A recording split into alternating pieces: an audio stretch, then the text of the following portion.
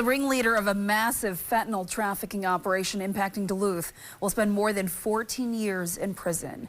A federal judge handed down that sentence to Zell Lucas, also known as Cash, today. Authorities identified him as their leader of a group responsible for transporting large amounts of fentanyl and meth.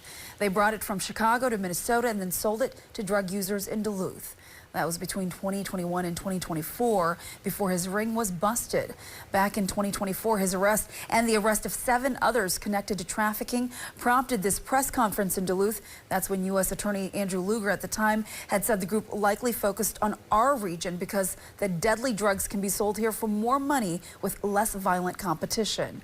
Many of the others arrested have already been sentenced as well. Authorities say this case sends a clear message that anyone profiting from illegal drugs in our community will be identified and prosecuted.